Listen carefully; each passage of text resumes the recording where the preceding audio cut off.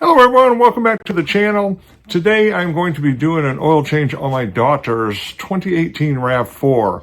Now I have a similar one, exact same model and options on it. Mine's a 2017, but these two vehicles have lived a completely different life. So hers is her primary vehicle. She drives it everywhere. It's got 106,000 miles on it. And mine, I'm just at 29,000 and some change because I have a lot of different cars that I drive, so miles get shared on. But this one, we're going to go ahead and do an oil change today. I am going to run the next few tanks or oil changes through her engine with the Restore and Protect, just more as a preventative measure, just to clean it out. And I'm also going to run 5w-30 in this. A lot of debate with all of that, but just as my personal hunch with everything that I've seen with oil analysis on some of my other vehicles and whatnot, going to 530 is just not a crazy jump, but giving a little more protection as the engine gets a little older, and a little more protection for the bearings and whatnot. So we're going to run that. We don't get super cold temperatures here. Most of the morning temps in the winter are between 35 and 40. So a 5W oil is more than adequate. And this will also allow a little more bearing protection. With that being said, let's go ahead and get started and get this oil change knocked out for her. So I've got my favorite oil change tool, 14 millimeter wrench, and a new gasket for the drain bolt. We've got our YZZA1 oil filter. This is a canister oil filter, and this works on the canister oil filters and the F1 and N1 spin-on filters that fit all my other cars. So, and here we've got a fresh jug of oil. So let's get started. Let's go ahead and spin this so we can let that breathe and drain out nicely. And I appreciate you guys joining me today. Please hit the like and subscribe button and do all that stuff that helps me grow the channel. And down below here, I've got an oil drain pan, and then my little gizmo that I use for underneath to record what I'm doing there. It's a little hands-free action. So let's get rolling. So to start this endeavor, we need to drain the oil. So let's get out our 14 mil and give it a little bump here. There we go. If you don't over tighten it, it'll be very easy to loosen. And to make this a little less messy, in the bottom of my oil pan here, I have some of the, I don't even know what you call it, but it's the material that you see in shops that they put inside theirs. And that way it doesn't splatter when it hits it. So it works out much, much better. So we'll let that drain out. It's looking plenty black.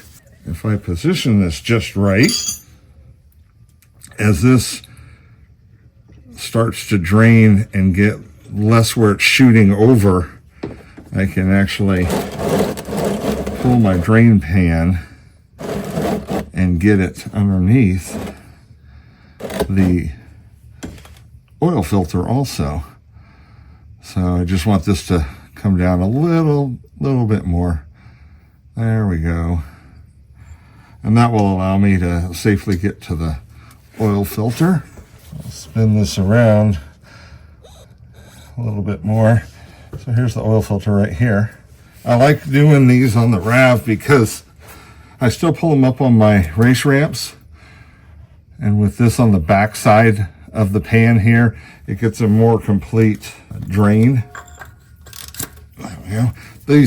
These fit on these filters so beautifully. So now, once again, on canister style, you have to use the tool a little bit more. You can't tighten them just by hand and untighten them that way. But once I get this loose enough, this will start to drain. The overflow oil will spill out of it. And there, it's just starting to drip. See that? So I will turn it. If you choose to, you can loosen this little silver piece right here. You can put a socket or extension in there and undo this and let it drain through there. I've found that it's just more of a hassle doing it that way, and it makes a bigger mess in my opinion. But once I undo this, usually I'll get, oh, look at that. It hardly did. There it comes. There it is. So drain this over. There's my filter right there. I'll take a look at the filter like I always do. Real quickly, I'm going to go ahead and prep the oil filter, get the new one, inspect this one, and then get the new filter in and the new O-ring on. So here's the oil filter. If you want to inspect these, that's one nice thing about a canister is you don't need to have a special tool to cut open the oil filter itself. But I still like to look at these and inspect between just to make sure I'm not seeing something I shouldn't see. This looks very good. And then I'll also look into this. I look for any shimmering or anything there too. That looks really, really good, really clean. So I'm very happy with that. Inside the box for the new filter is you'll see this. So there are two O-rings in here. So you will use the smaller O-ring if you undo the silver piece here. And if you do want to drain it through there, it comes with this little plastic piece that will snap up into that hole, and you can attach a hose to it or something and some tubing and drain it out that way. Like I said, I just think it's more work than need be. So I'll take, since my gloves are oily, I'll go ahead and spread some oil on that new O-ring. Now the old O-ring is right here. It's actually in the largest line. It's bigger. It's a bigger diameter line than the threads on it. But just stick a small screwdriver and pop that off. And there you can see, hopefully with the light, you can see how it's bigger right here at the bottom there. So then we'll take the fresh one, just kind of stretch that around and over and pop that into the proper space there. Then take your new filter. That is all set. I am going to pre-fill it. I like to pre-fill my filters, and this one goes in just like this anyway, so it's the best of all worlds to pre-fill and get oil pressure instantly. So I'm going to go ahead and do that, and then we'll throw this back on. So here's the oil filter. Got it pre-filled. You can see the oil level in there. And I know some of you guys are going to say you don't need to pre-fill it and whatnot, but think about the side of the argument that you're taking. There's no harm that is going to come from pre-filling it, and it can only help because you get oil pressure quicker. I mean, I've looked at the oil pressure gauge on cars when I've pre-filled and haven't, and it's 2 to 3 seconds quicker that I get pressure and the light goes out. So I don't understand the argument when people say, don't, it doesn't make a difference. Why bother? Well, because it can only help. There's no negative to it. It can only help. Think about it. It's kind of silly taking the argument from the other side.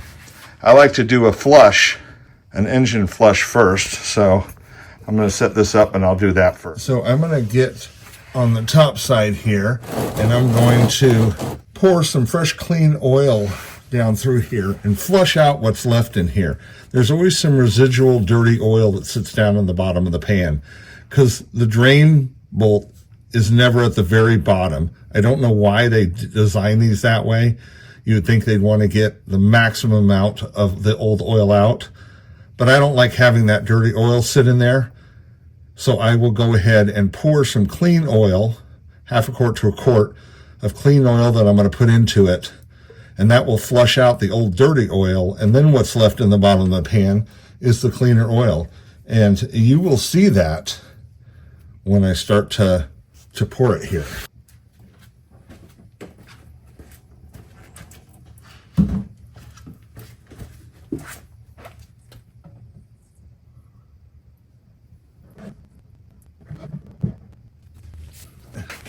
I hope that you saw that well.